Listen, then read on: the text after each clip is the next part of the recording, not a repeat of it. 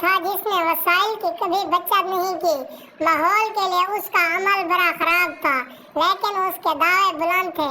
سب کچھ ایک جیسا ہے، سب کچھ ایک جیسا ہے، میں محفوظ نہیں کروں گا، میں کار میں دوسروں کے ساتھ مل کر سفر نہیں کروں گا۔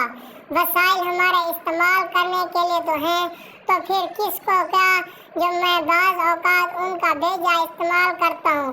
پھر کچھ ایسا ہوا کہ اس کی شادی ہو گئی، اس کی ایک بیٹی پیدا ہوئی اور جلد ہی اسے مشکل میں ڈال دیا۔ بیٹی نے کہا، آپ وسائل کو بچاتے کیوں نہیں؟